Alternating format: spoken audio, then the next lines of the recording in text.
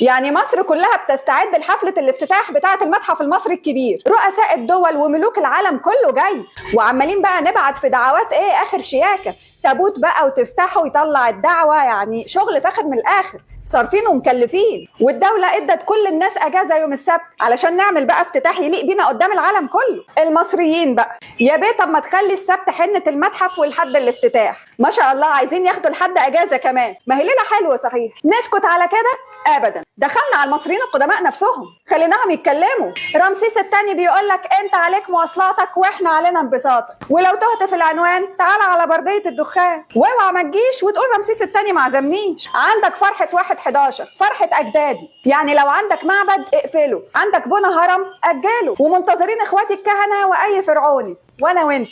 الفرحه من القلب وكل واحد يجيب واجبه وهو جاي. هو انت منين؟ واصحى للكلام علشان خوفه مش هينام، ونسمع نفرتيتي احلى سلام. جدي اللي وحشني اهلا يا حبيبي. فرحتنا يوم 1/11 فرحه فرعونيه، يعني الهرم فاضي وخوفه راضي. لا وحياتك مش خوفه بس اللي راضي، الشعب المصري كله راضي. ما تقولش نسيت، انا يوم تحنيط جدك جيت، وتعالى في تابوت دي فرحه حتشبسوت. الدماغ دي يا جدعان، شعب جبار. نمسك العالم بس وشوفوا ايه اللي هيحصل.